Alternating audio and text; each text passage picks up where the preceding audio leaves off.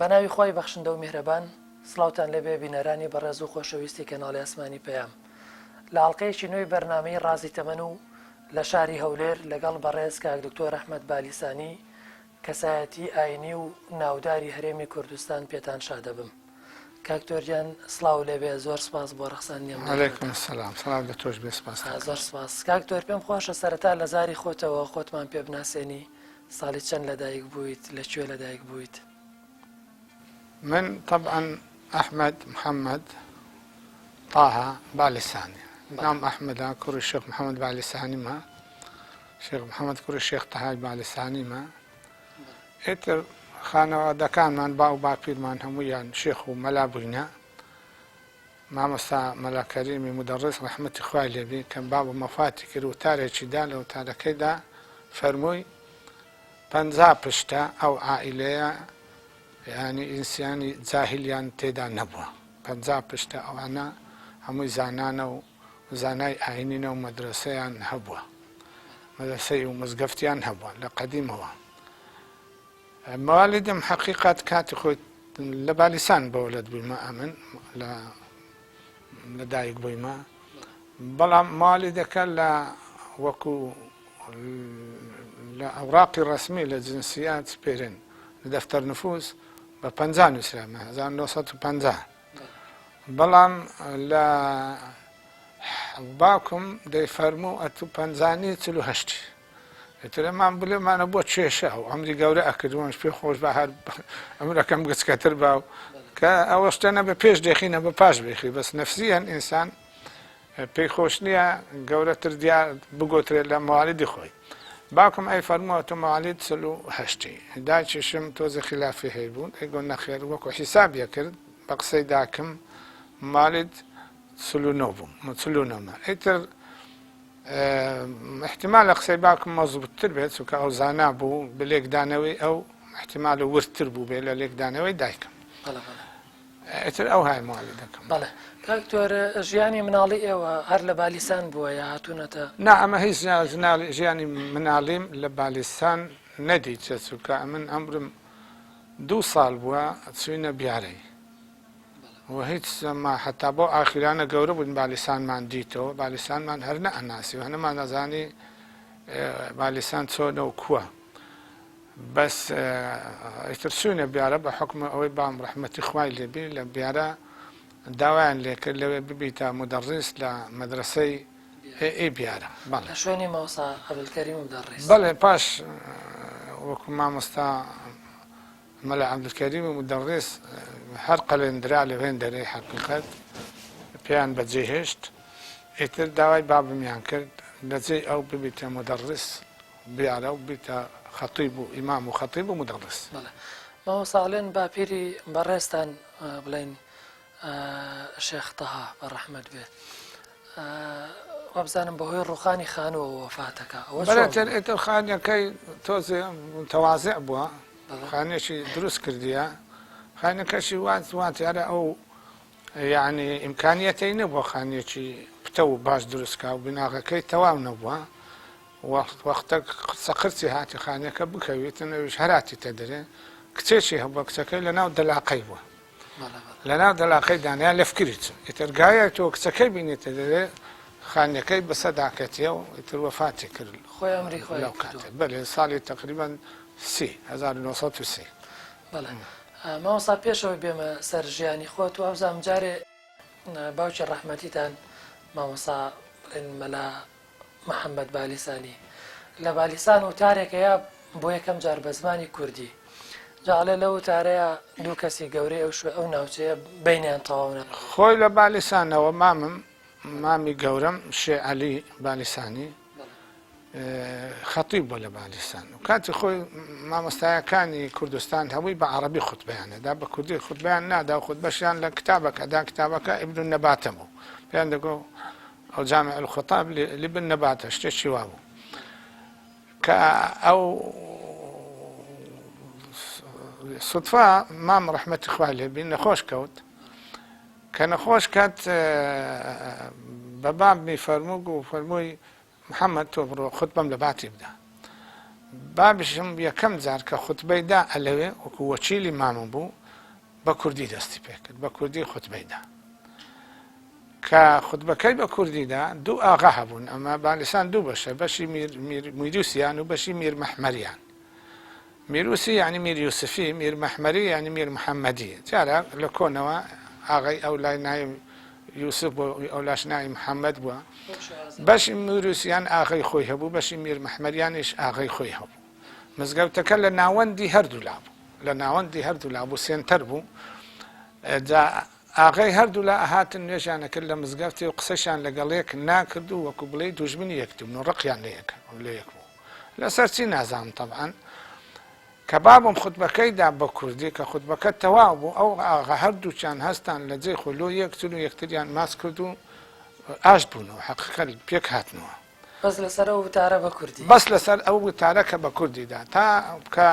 هاتنە لای بابم ڕەحمەتی خوای لێبێ گوتیان ئەمە تا ئێستا نەمانەزانی ئیسلامەتی ئەو هایە تازە ئەمە ئیسلامەتی تێگەیشتین بە وتارەی تو کەوابێ یا دەبی هەر ئەتوو خەتیبی وتارمان بدەی یا دەبی کاکەت شێعەلی بە کوردی وتارمان لۆ بدە بابشم گوتی خوا کەریمەوە دەبا نەخۆشیەکەی چاپ بیتەوە لۆ نەخۆشی هەستیتەوە بە تەمای خوای ئێتر کە مام شێعەلی ڕەحمەتی خوای لێبێ کە ئەکاتە بابی شێخ ئیبراهیمی ئامۆزام ئێستاش مایە شێخ ئیبراهیم کە لە مزگەوتی جەلال خەلیل بوو لە کاتی خۆی ئێستا تەقاعدە ئەجا مامم شێعەلی کە چابەوە باوکم کتێبەکەی بردەوەکردنی گوتی ها ئەو کتێبی خوتبەنامەکە ئەوە ئەتوخوا شفای هێنا و کاکە گوتی بڕۆ ئەتوو خوتبێتەوە گوتی نا با کتێبەکە لە لای تو بێ تلۆ گوتی ئەمن خوتبەی ناتم ئەتوو خوتبەی بدە ئەوش گوتی ئاخر نابێ و خوتبەی ئیتووە مزگەوتی تووە و گوتی گوێ بگرە بەخوای جا کوڕیشی ناوی محەممەد بوو براگەورەی شێخ ئیبراهیم بوو وەفاتی کردە ڕەحمەتی خوای لێبێ بەخوا هەتا ئێستا پێم ناخۆش بوو کوڕی خۆم لە جێ من ببیتە خەتیب بەس ئێستا لۆتوم پێخۆشترە لە کوڕی خۆم ئەزانی لۆ ئەوش گوتی لۆ گوتی چونکە ئەتوو بە یەک خوتبەی ئەو سوودی ئەو خەڵکەتدا ئەو کە ئیستیفادەی خەڵکەتدا بە یەک خوتبەی ساڵەهای ساڵە خوتبە ئەدەم نەمتوانیوە ئەو ئیستیفادەیان پێ ڕابکەین نم چونکە بە عەرەبی بۆ تێنەگەیشتە ئێوەتی کاکە ئەتوو خوتبەی بە کوردی بدە وتی وەڵڵاهی جا ئەمن توانای ئەوەم نییە فێر نەبووین بە خوتبە بە کوردی بدەم ناتوانم کە شتێک توانام نەبی ئەتوو تواناتەیە ئەتوو ئیستیفادەی خەڵکتەیە ئەتوو خوت بدە ئێتر لێرەدا دووشتی لێ خوێندرێتەوە یەکەم یعنی بابم لەو وەختەوە ئەو فکرە لە ساڵی نازام چەند بووە یعنی لە چەلەکان بووە فکرێ هەبووە کە لەو منتیقانە هیچ خوتبە بە کوردی نەدرایە خوتبە بکاتە کوردی لەسەر چ لەسەر فەرموودەی خوای تەعالا کە فەرموویەتی وما أرسلنا من رسول إلا بلسان قومه ئەمە هەموو پێغەمبەرمان نادێنێ بە زبانی قەوم خۆیان کەوا حتا فەرموودەکەیە لە ئیمامی حەنیفی دەرێ مەسەلەن کەچی دەرێ نوێژیش بە کوردی دروستە نوێژ بە کوردی یا بە فارسی واتە بە غەیری زبانی عەرەبی دروستە ئەجا لێرەدا ئیتر باوکم دیارە شارەزای ئەو ڕەئیانە بۆ خوتبەکەی بە کوردیدا کە لە مەزهەبی ئیمامی شافعی خوتبە بە کوردی دروست نییە تەنیا بە کوردی خوت بدەی ئەوەی طبعاً ڕەچاو نەکردێت چونکە بابم ڕەئی خۆی هەبوو تقریبا گەیشت بووە حالەتێکی وە ئیجتیهادی خۆی هەبوو جگە لەوەی پاشی کوردیەکەش بە عەرەبی خوتبەی کورتیان ئەدا لۆ ئەوەی ڕەئی ئیمامی شافعی کۆ بکەنەوە لەگەڵ ڕەئیەکانی دی دوام مامم شێعەلی ڕەحمەتی خوای لێبی بنۆڕە چەند یعنی ئەوە بووە وەکو دەڵێن نوکرانە زاتی هەبووە خۆپەرست نەبووە نەویستی خوتبەکە هەر ئیحتیکار بکە هەر وەڵا من کەسایەتیم دێتە خوارێ کودەبی محەممەدی برام کە لە من بچووکترە ئەو ببیتە خەتیب ئەوانە هیچ ڕەساو نەکرد ئەوە نیشانەی زێدە دینداریە کە مەسلحەتی دین و ئیسلامی پێخۆشتر بووە لەوەی بەخۆی شانازی بە کەسایەتی خەتیبی خۆی بکاتن لێ فەرمووی بەخوای ئێستا لۆتوم پێخۆشترە لە خۆم وە خوتبەکەی دایە گوتی دەبی ئەتوو خەتیبی ئەوە کەم کەس ئەیکا یعنی زەحمەتە یعنی چونکە خاصە ئەو زەمانی ئێستا ممکنە ئەوە ئێستا ئەو خەڵک لەسەر مزگەوتان شەڕەکات و لەسەر خوتبە و لەسەر ئیمامەت قەزیەکەش قەزیەکە شتەکە تەنیا پیشاندانی کەساتی و یعنی هەندێکی ڕێزم هەیە احتیمالە هەندێکیان تەنیا لۆ خودپەرستی بێ. مامۆستایان یەکرێ بڵێن ئەو وتارە بە یەکەمین وتاری کوردی داهەنرێ. نازانم بەڕاستی لێم نەکۆڵیتەوە ئایا لە جێیتر لە بدایەتی چلەکان سەرەتای چلەکان وتار بە کوردی ئەدرا لە کوردستان یان نا ئەوە یەکەم وتاری کوردی بووە یان ممکنە لە جێی دێر هەبوو بی با بشم سرنجی ڕاکێشایە و کەزانێتی وتار بە کوردی باشترە حقیقەت ئەو لێم نەکۆڵیتەوە ئەگادار نیم. دوای ئەو ماوەی بەس لە منتیقەی خۆشناوەتی و ئەو منتیقانە منتیقەی چیایی یەکەم وتار بووە بە کوردی. دواتر کاکتۆر وابزانم ئیتر بە ماڵەوە چنە بیارە ئەو کاتەی باوکو بە ڕەحمەت بێ لەوێ بێتە مدەڕیس. بەڵێ ئەگەر باسێکی سەردەمی بیارە ئەوەی کە بیر و بێت جەناب ئەو کاتە سەردەمی بیارم وە بیر نەچکە من لە 2 ساڵێت چوومە بیارە پاشی 3 ساڵان ئەمە لە بیارە هاتنەوە هەولێر هاتە 5 ساڵی هاتمەوە هەولێر بەس ئەوەی بابم جێڕایتەوە بام ڕەحمەتی خوا لێ بێت چوو لەوێ ئیتر بووە مدەڕیس یا مدەڕیس خۆی وەکو ئاگاداری بابم بوویمە ڕەحمەتی خوا لێ بێ مدەڕیسێکی زۆر ناجح بووە بە نیشانەی هەموو ئەو کەسانەیە کە لە لای ئەویان خوێندیە هەتا ئێستا وەبیریانە کە چۆن دەرسی پێگەونیەوە چۆن تێگەیان یعنی فەقەی تێئەگەیان منێ لەفز باللەفز دەرسی شەرح نەئەکرد یعنی واتەی عیبارەتەکانی تێئەگەاندن حکمەتی عیبارەتەکانی تێگەیان حتا مەسەلەن ئێستا بۆ نمونە مامۆستایەکەیە ئێستا لە کۆیە مامۆستا بەهاءەدین باوەدین مە پێ دەڵێن باوەدین مامۆستا باوەدین خەڵکی شەوجێڕیە کاتی خۆی سوختە بووە لای بابم لە کۆیە پێی گوتم گوتی زۆر ژێرەکە تەمان زۆر ژێرەکە گوتی ئەوەی منی فێرە عیلم کرد جەنابی باوکت بوو گوتم کو ئەتو سوختە بووی خۆلەکن بابت ناخۆن گوتی نا بابکت هێواران دات هەموو هێواران دات کە نوێژی مەغریب و عیشایە کرد پانجە کردم وەرە باوەدین ئەوڕۆ چت خوێندیە ئەسا دکتۆر باوەدینیشە طبعا گوتی دەم گۆ وەڵا ئەو فلانە دەرس و فلانە دەرسم خوێندیە دەیگۆ باشە جا تێگەیشتی دەمگو بەرێ قوربان تێگەیشتمە دەیگۆ باشە پرسیارت لێ یەکەم دەیگۆ پرسیاری لێ ئەکردم لە ئەسڵە ئیشەکەی لێ ناکردم لە ئەسڵە عیبارەتەکەی پرسیارێکی وا لێ ئەکردم وەکو تێگەیشتنێکی بڵێم چێ مەقاسدی و معنەوی ئەمن تێگەیشت بووم نەک تێگەیشتنی لەفز باللەفز چی نەمەزانی دەیگۆ کوڕم لێی پرسە لە مامۆستایەکەت بپرسە مامۆستا ئەوە لۆ وا دەرێ لێرەوا دەرێ لێرەش لۆوە دەرێ لۆ ئەو ئەرێ آخر معنای نییە ئەتوو نەزانی ئەو قسە لۆ وا دەگوترێ و وا ناگوترێ وەڵا ئیتر گوتی مەجبور بووم ئەمن هەند سەعیب لێ ئەکردو هەند پرسیارم ئەکرد لە مامۆستای لە شەرمی بابت نەمادا لێم پرسی نەزانم گوتی وای لێ کرد ئەمن زۆر لێ بکۆڵمەوە زۆر سەعی بکەم ئەمنی کردە زانا لە طبعا ئەو دەرسانەی کە خوێندیتی لەوێ لەلایە بە ئێستاش ئەو باسە کاتم و وابزانم ئەگەر ئەو بەرنامەی جێ لێ بێ ئینشاءڵڵا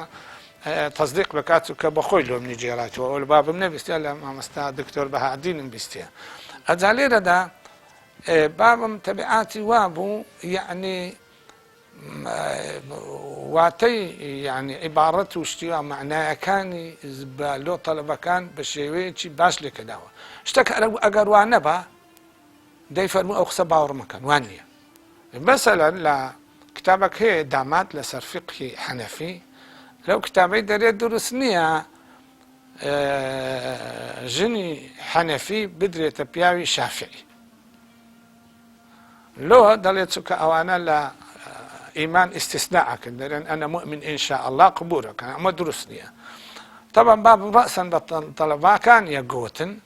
طلبا ئەو کاتی وەفکر دەرسی بە تەڵێبی عەرەبە گۆ لە خوارێ لای بەغدایە گوتی ئەو قسە باوەڕ مەکەن ئەوە واندیە ئەو قسە قسەی ئەم مەلایە کە ئەو کتێبەی دانایە وە زۆر هەڵەیە نەکەی ئیمامی ئەبوو حەنیفە بێ ئەو زانازام لە ئیمامی ئەبوو حەنیفە لە دامادی نەقلەکە یا قسەی خۆیانە صاحبی داماد ئەو کتێبەی دانیار بۆکو عەد ئەساس مەذهبی حەنەفی وەڕەدی ئەداوە ڕەدی ئەو قسەی ئەداوە کە ئەو قسە هەڵەیە و ئەو قسە ڕاستنێ و ئێمە نابی پێی باوەڕکەن و دەلیلی شەرعی دۆ دێنانی لۆی شەرحەکەن تەڵەبەکانی کە لای بابمیان خوێندیا ئەوانی قەدیم لە کوردستان ئێستا نازام طبعا کەمیان ماون ئەگەر تاک یەک دوانێکمان بەس مەسەن ئەوانی لە خوارێ خاستن لە کوبەیسە دەرسی گوتەوە لە کوبەیسە تەڵەبەکانی دەرێن مامۆستا بالیسانی هات شێخ شێخ بالیسانی شێخ بالیسانی هات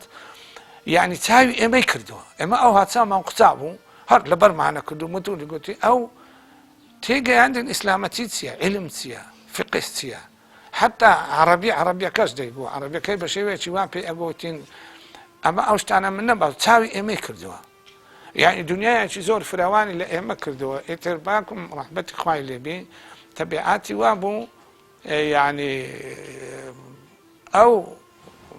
فەقێیە یان برن ئەو قوتابیە یعنی تێی بگەینی بە جوانی تێی بگەینی هەتا سبەینێ گومڕا نەبی سبەینێ بچیتن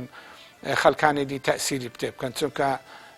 ئێمە بیستمانە نەک بیستمانە بە چاودی چیتم زۆر کەس دەبینی فەقەیاتی تەواو کردی و ئیجازەی علمیشی وەگرتی و ڕاست وایە پاش ئیجازەی علمی بوویتە ملحید ئێ باشە ئەوە چ لێ تێگەیشت حیزبەکی ئیلحادی لۆ خۆی قۆستیتیەوە قسەی لەگەر کردە و ئێ باشە تۆ چت خوێند ئەتۆ معنای هەیە کابرا ئەو هەموو علمی بخوێنی فقهی بخوێنی تەفسیری بخوێنی شتی بخوێنی پاش ئەوە بیتە ملحید معنای نییە بەس هۆکارێکە هۆکاری ئەوەیە تێنەگەیاندرا یاین تێنەگەیاندرا دینەکە ئیسلامەتەکە عیباراتی خوێن بەس دینەکە تێنەگەیشت جا لێرانەدا ئەمی زۆر ئیستیفادەم لەو شتەی کرد لەو شێوەی دەرس گوتنەوەی بابم ڕەحمەتی خوا لێبێ کە دەرسی بەم نیش گوتیا ئیستیفادەم لەو شێوەی کرد کە ئەمن وەکو برەی فەلسەفەی ئیسلام تێ بگەم حکمەتی ئیسلام تێ بگەم حکمەتی عیبارەتەکان تێ بگەم هەروە لەفز باللەفز آخر کابرا یعنی بەڕاستی نازانی مەبەستیە لەو ئاەتە مەبەستیە لەو دەبی مەبەستەکەی تێ بگاتن لێ مەسەلەن دەبینی ئیمامی شاتبی کتابێکی گەورە و گرانی تەلیف کردی 2 مجلدە ناوی المقاصد الإسلامية أي مقاصد الشريعة العفو مقاصد الشريعة يعني مبستكان الشريعة مبستكان الشريعة قال كسي مناقشة كبيدينا إيماني ضعيفة يا أويدي مناقشة كباسة أقل أتنتواني والله مبديوا هذه أتوتي استفادة لو خوين نيكر حتى باب رحمة إخواني اللي بي هل نفسي بيارا شخص هبوه شيوعي بوه لسدستي بابم توبي كردو باش پرسیار و مناقشه زۆر لەگەر بابم توبەی کردو لە شیوعیەت هاتە دەرێ و بەناو ئەی ناسین بەس جوانیە ئیتر ئێمە ناوم بدەن لە تەلەڤیزۆن و شخصەکە پاشە دیتمانەوەش پیاوەکی زۆر بەدینە و کوڕەکانیشی هەموو لەسەر ئیسلامەتی بەخێو کردیە ئەی شخصێک مامۆستایەکی ئاینی لەو کاتە لە پەنجایەکان بتوانی تۆبە بە شیوعی بکات و بهینێتەوە سەرڕێی ئیسلام لە ئیلحادی ڕزگار بکات و لە لادینی ڕزگار بکات و بیکاتە مسلمان بەڕاستی نەک بابەبی هەر کەسیش چیە بی ئەوە شتێکی هونەرە لەبەرەوە نییە بڵێن وەکو بابی خۆمە لەبەرەوەی وا بڵێن بەڵام یعنی هەموو کەس ئەگەر ئەو قسەی ببیسی وا شتێکی هونەرە شتەکەش وە نەبی جێرانەوەشی دوور بی یا بەزەن بی ئەمن ئەو پیاوەم دیتەوە و لێشی میوان بووم ناندی ڕۆی داوەتیشی کردم لێم پرسی گوتی بەرێ بابەت هۆکاری ئەو بوو کە ئەمەم گەڕێمەوە سەر ڕێ ڕاست کاکتۆر باوکو هۆکار بۆ گەڕانەوەی کەسێک لە شوعیەت بۆ ئاینی ئیسلام بەڵام لە سەردەمی شۆڕشی ئەیلول ئەوزان باوکتانە بێتە قازی لە منتیقەی شار باژێر تۆمەتێکی بۆ دروست دەکرێت لەسەر شیوعی بوون با بڵێن لای بەلام سەفای بارزانی وەبزانام هەرەوەش والله خۆی بابم لە سەرەتادا بووە قازی پێشمەرگە لە بێتواتە لە بێتواتە باکم چۆ نا پێشمەرگان مامۆستای ئاینی بلێرە ئەمری قەبزی دەرچوو ئەمری قەبزی لۆ دەرچوو لە هەولێرێ زمانی عەبدولکەریم قاسمی بوو عەبدولکەریم قاسم قوتي أو آية للذكر مثل حظ الأنثيين نعوذ بالله قوتي أما هليو دبيك كروك وياك بنو يا أبادو إتر بابك بيدين بو پنای بەر حزبی شیوعی حکمڕانی بەواسطەی حزبی شیوعی کردو ئەو کاتەوە ئێتر گوتی ئەو من نابی هەبێ و نازانم چی و هەندێک قسەی لە مواریتی گوتی ئەو مواریتە هەڵەیە و دەبی ئەمە بیگۆڕین و وا بکەن و یەکسانی بنوێنین و ئەو قسە قۆڕانەی ئیتر ئەو جۆرە کەسە بێدینی و لادینیەکان ئەیکەن وەڵا ئیتر بابیشم هەستا مزەکرەیەکی نیشی لە دژی عەبدولکەریم قاسم لۆی ناردە بەغدایە نسخەتی لۆ شەخصی عەبدولکەریم قاسم داد مەزمونەکەی ئەوە بوو ئەمە ئەتو هاتی گوتبان ئەوە ئەمە لە دەستی کافرانی ڕزگار کردین لە دەستی ئینگلیزی ڕزگار کردین و وامانزانی ئەتو ئەو خەڵکە ڕزگارەکەی و ئەمە لە کافرەکان کە حکمیانەکردنیان ئەو ئاەتیان نەگۆڕی ئەتو کە مسلمانی ئەمەل بۆ ئاەتن کە ئاەتی بگۆڕی ئەدی ئەمە ڕزگار بوونیمە لە ژێر دەستی ئیستیعماری بریتانی ئەدی چ بوو معنای چ بوو یعنی شتێکی بەو شێوەی نووسی بوو و من کاتی خۆی دیتوە سبحان الله نسخەکەم حیفز کردیا ئێستا بەدوایدا ئەگەڕێم نادۆزمەوە نازانم لە چێندرەیە بەس نازانم لە احتمالە کە بیتە ناو کتێبەکی شتێکی و طبعا لەوەش بەوەش ڕانەوەستا نسخەی دی بر لێرە سەفەری کرد چۆ بەغدا لە بەغدایە چۆکن شێخ بەهجەت الئەثەری مەجەلەیەکی دەرەکرد مەجەلەیەکی ئیسلامی گوتی دەبی ئەو مەقالە لە مەجەلەکەی نەشرکەی بەهجەت الئەثەری پیاوێکی ناودار بوو وەڵا ئیتر گوتی شێخەوە چۆن دەبی وەڵا مەقالەی نەشرکەین ئێمە حەبسەکەن و مەجەلە کەسمان پێوە دەدەن و کورە گوتی ئەدیلۆ دەرێن دیموقراتیەت و حڕیەت و دوژمیان گوتی ئەوان نییە ئەوە هەمووی درۆ دەرەسەیە دیموقراتی حڕەتێ بخوا ئەوە نەشرکەین ئەمە حەبسەکردن ناوێرم نەشی نەکرد هاتەوە لە هەولێر بەوتار دژی ئەو حارەتەوە بەوتار جەمعیەتیشی دانان لە هەولێر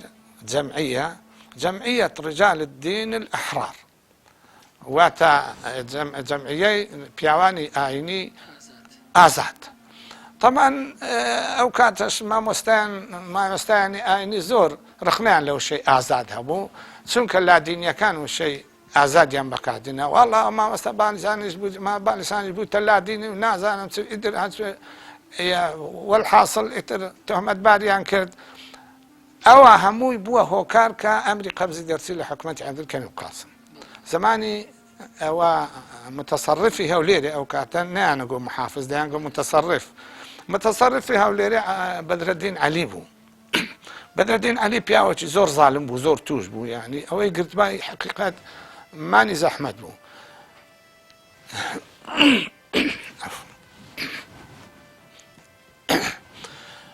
ئەوەی گرتبای مانی زەحمەت بوو ئەجا بابم هەستا هەڵات چۆ بالیسانێ بالیسان ئەو وەختی ئایدی پێشمەرگەی بوو ئیتر پێشمەرگەکان گوتیان مامەستا ئەمە محکەمەمان هەیە محکەمەی قانونی کەس ناچی دەرێنەمە بە شەرع ئەو دەمی کوردەکە زۆر مسلمان بوو پابەت بوو بە دین و ڕێکوپێکتر بوو لە ئێستا بەڕاستی خەڵکەکە بە دینتر بوو لە ئێستا مراجعی محکەمە ناکەن دەرێنەمە قانونمان ناوی بە شەریعەت دەکەن وەرە دەتکەینە قازی شەرعی کێشەی ئەو خەڵکەی هەڵکە خێر نییە بابیشم گوتی بەرێ وەڵا خێرە ئیتر کردیانە قازی لە بێت واتەی لە بێت واتەی دانیشت بوو لە بێت واتە چێی لێ بوو ئەو کاتە پارتیەکێتی نەبوو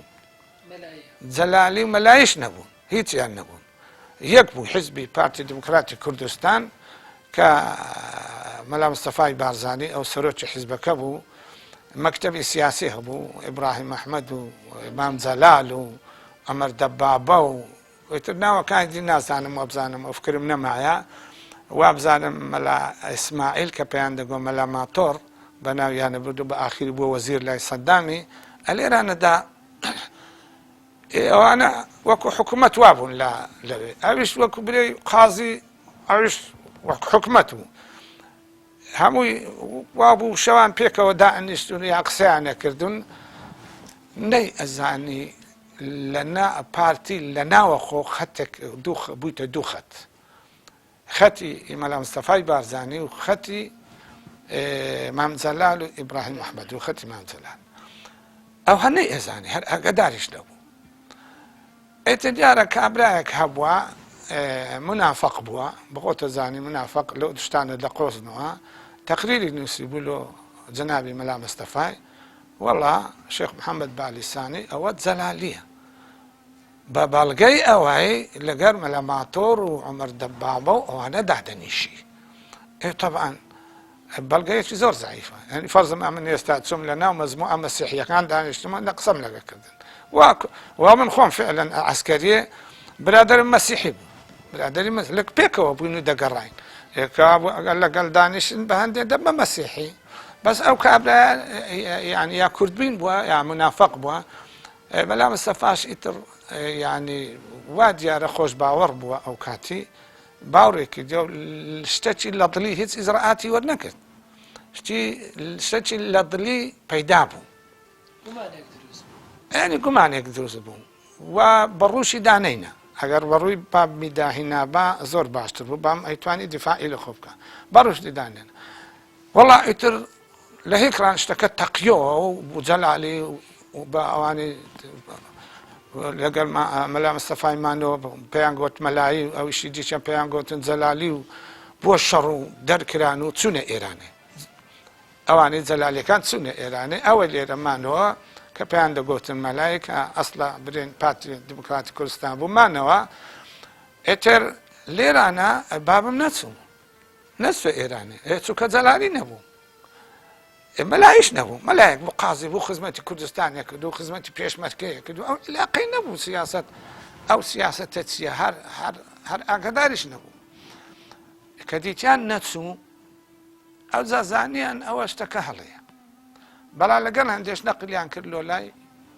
ئەوە شار بەحزر نەقلی چوارتایان کرد هەتا لە چوارتای ئەمە چوینە خزمەتی جارێکێ و لە چوارتای پاشی ئەوە جەنابی مەلا مستەفا بەڕەحمەت بێ کە دەچیتەوێ دەپرسی دەرێ ئەو شێخ محەممەد بالیسانیە چۆنە خەڵکی وێندەرێ بابمیان زۆر خۆشەویست کاتی خۆی لە بیارەی بووە و ناو دەنگەچی هەبوو گوت بویان وەڵڵاهی ئەگەر هیچ پێغەمبەرێک پاشی پێغەمبەری ئاخری زەمانی هاتبە ئەو شێخ محەممەد بالیسانیە ئەو بۆ پێغەمبەر ئەوە قسەی و ئوسلوبیوان بوو ئەو هەیە وڵاتدا بووە مەدحی ئەکات و لە لای بێتواتش ئەو های لەسەر ئەنووسن ئێتر نازانم جا ئەو فکرەی چۆنەبی و چۆن هەندێ ئاگدان لەوێ ماوە هەتا مؤتەمەرێک کرا پاشی ئەوەی جەلالیەکان ڕەویشتن و حیزبی پارتی دموکراتی ساف بوو پاش ئەوە یعنی وای لێ هات مؤتەمەرێک کرا لەو مؤتەمەرە داوایان لە بابم کرد خوتبەچی بدەن لە قەراتزەی ئەو کاتی مفاوەزات بوو زمانی عەبدولسەلام عارفی بوو شەڕ نەبوو لە بینی پێشمەرگە و لە بینی حکوومەت وەڵا ئیتر گوتیان دەبێ مامۆستا وتارێکمان ئیش وتارێکی بۆ دان وتارەکە زۆر عەقڵک موعجەب بوو پێ ئەو کابرای دەنجی خڕە کردووە لۆ انتخابان هات بە بام لێگو گوتی مامۆستا ئەتنووسم خۆت تەرشیحکەم بابشم گوتی خۆ تەرشیحکردنی چۆ مانگەهای مانگە و خەڵکە دیعای بۆ خۆکە ئەمە نە دیعایم کردەوە نە خۆم تەرشیح کردەوە نە مەقسەدیشمەوە من قازیمە و لەجێ خۆم گوتی ڕاست ناوینیشم تی مامۆستا ئەو خوتبەیە لە هەموو دیعای هەمووان بەقووەتر وەڵا ئیتر بابشم دەنجی نەکرد انتخاباتە کرا کە انتخاباتەکە کرا بابم 150 سەوتی هینا 150 دەنجی هینا گوتی هەر دوو ناو ناوی سێم محەممەد بالیسانی سێ ناو ناوی چوارم محەممەد بالیسانی ئیتر بابم دەرچوو بووە کەنەما نازانم بووە چ وەڵڵاهی قازی عامی کوردستان ئەو کوردستانی ئەو دەمین لەبەر دەستی پێشمەرگە بوو بووە نازانم ئەندام لە سەرکردایەتی سێ چار شت بوو باشم مەفکر نەبە پاشێ هاتەوە چوارتایی دانیشت و ئەوجا ئەمە لە هەولێرێ بووین ڕۆژانەمان نەبوو پێ بچینە مەکتەبێ خەڵک خێری پێکردین یعنی بابشم گوت بابا ئێستا ئەمانەوە قاسیمە وامە و لە انتخابات دەرسوم و ئێدە بزانە بەش پێشەش دینارم لەو ببڕنەوە بدەرمەوە لەو مندارەکان ئێتر ڕەحمەتی خوا لێ بێ دەرێ پێشەش دینارم لەو ببڕنەوە زەمێ پێشەش دینار 6-7 دینار زۆر بوو بۆ کاتە زۆر مندارم ڕۆژانیان نییە و مەسرەفی مەکتەبیان نییە و وچی وەڵامەکان ئەوە مامەستا ئەمە خۆ حکومەتینم و پێشمەرگەینەوە بە ناڕ ڕەخی دەبێت ڕادەبێرێ بەنانی چ بوو گوتی واش نەبوو بە خۆی ئەوانی شتیان بەدەست بوو هایلایف لێ ڕایە نەبات هەر ئەو کاتەش هەر ئەو کاتەش طبعا باشیان ڕائەبات یعنی وتی احتیزاجیان کرد هیچیان لۆ نەبڕیمەوە کە ئەمن ئەو پێکە گەورانێشم وەرگرتیە هیچ حسابیان لۆ نەکردم ئێتر باشم تۆزێ دری سارد بووە لەسەر مەسەلەکە لا یعنی لەلایەکی دی سوعە برادەری وا هەبوو لەوێن دەرێ مەسەلەن بێدین بوو يعني إيش يأكر لقر أو كسانة كرخنان هبو الإسلامتي ولا ديني وحتى باب المزقفتي دان يشتبو لو قضاء يعني لو لا محكمة واستواء أتسو محكمة عند هبو دائرة هبو بس وش دي ليتو مزقفتي نيجي أكر جمعي أكر خوي بو إمام وخطيبي مزقفته كي تشوارتين مركزي أبي قورة استاش معي والله لسر دركي حزري باب من يسرابو مالي آوا أو مالي آوا أو كسيوا مالي خوا آواءك شخص يكترك لقر خوي نازم تبو حاكم بو تبو اشتانا بو ديقو مالي ويران أو كسيوا مالي خوا آواءك مالي آوا بقوري بمالي ويران أو كسيوا مالي خوا أواك يعني نازم ملحد بو ناحم حد بو بابا رحمة خوالي بجراء يقول فلان كسوا أخوينته إتر دولة بشتركي بدين نبون وضع كي زوج كي ناخوش ولا براوش لما زقفتي دانيش تلاقى بيدين يم بجيتن نيجو زم أو جماعتهم والله إتر مفاوضاته لبيني حكمته بيش بلقى بابش مشتاقي مالي بيوشتي سرتشي لمالي بداتوا هاد بو كوي لكويش برسيبوي اتوانا بسموها لي قلت ما مستحولي بري بيش بلقيا مفاوضات وهيت برسيار نيها قلت باش هاتو ماري بايز بو لا بايز كا بام هاتو ماري لداك مي برسي رحمة اخوان اللي بهاتو كان قلت اتوانين تابع هاري بجين همانا تابع هاري بجين داشم قلت خواه بالرحمة خواه رزق معنا إن شاء الله داني شو إن شاء الله خواه رزق معنا إتر دانيش خلق هات بخيراتني قال شي هولي زود مع القلبارق وما شي بسيط معنا بدوه دي شرقي إتر خلق دات وقلبارق وبخيرات وهذا بيكك هات يعني هر قديم فقيه خوي بوبو كهات بابم توزي قليها قلت ما مستا بيت خوش بقري وحكمت بابي شون قلتي أري والله بيوم خوش بقري ومزقفتي خوم ناك حكمت من إيش بحكمتي ما مسا بدي أقري إتن أو كس السعي لو كله بابا منازع تصرفت شي هبو لقر حكمتي والله إتر بابا هات ودام مزرعة لا كوي بوا إمام خطيب مزقرتي كوري كي بوا مدرس لكوي إمام خطيب ومدرس وظيفة كي لكوي يعني حتى لأوقافي بو لأوقافي باب كمرانزع أي أكل لبغداد تبو مرانزع أبكى له التعيين قلت بدري عام قلت أو شاغر بيابو تيوم قلت شاغر ياكل شين دانا قلت هو ملا معصوم رحمة إخواني بي وفاتي كرديها والله إتربا بشم قلتي دەچێت جێوی بابشم گوتی بۆ بووی بەڵێ دەسمە جێوی بە مەرجەکی گوتی مەرجەکە چییە گوتی ئەم گۆ کوڕەکانی جێی بابی خۆیان نەوێ نەبادا کوڕەکانی تەماعیان لەگەڵدا باخەمە لە معسووم بابی دکتۆر فؤادی بوو دکتۆر فؤاد معسووم دکتۆر فؤاد و دکتۆر خدر و دکتۆر محەممەد و ئێتر گوتی نەبا کوڕەکانی خۆیان يعني ويستي أو مزقفتان هبي وكدلين طالبي أو مزقفته بن قلت نانا أما كركاني دناسم هيتيان مزقفتيان ناوي الذي بابيان دانانيشن سواب زام أو دمي دكتور فؤاد لا مصري بو ديخوين اشتشي وابو هلا كوي نبو والله قلت باشا رأسا أمريان درك تعين له كوي لكوي تقريبا ماوي دو سار شتك بو ماينو لا 65 هتا 67 بەێ دواتر وابزانم هەر بە ماڵەوە چن بۆ منتیقەی کوبەیسە ئیتر ژیانی ئەوە لە جنوب با بڵێن جنوبی عێراق وردە دەست پێەکە جاڵێن جارێ بەێ بڵێ ئەڵێ جارێ کاک توێر کەسێک بە باوکڵێ تێیتی ئیسلامیان مەکە مانە هەمووی چلکاخۆری ئەمریکی لەو کاتە جا نازانم بۆچی ئەو کاتە ئیسلامیەکان بۆ نمونە ئیسلامی لەو سەردەما زیاتر بە ئەمریکی چلکاخۆری ئەمریکی واللهی ئەزانی چۆن بوو خۆی بام ڕەحمەتی خوای لێبێ لە کۆیە معاشی 30 دینار بوو بابشم تەبیعاتێکی وا بوو نەفسێکی زۆر وەکو بە عەرەبی دەرێن نەفسێکی نەفس ئەبیە نەفسێکی زۆر ئەبی هەبوو واتە قبولی نەئەکرد یارمەتی لە خەڵک وەربگری و سەدەقە و زەکات و ئەو شتانەی پێ ناخۆش بوو یعنی پێی تەنازل بوو لەسەر خوتبەی دا قوتي بابا الزكاة له فقير يعني إنما الصدقات للفقراء والمساكين زكاة له فقراء مساكين أو هشت صنف كيدية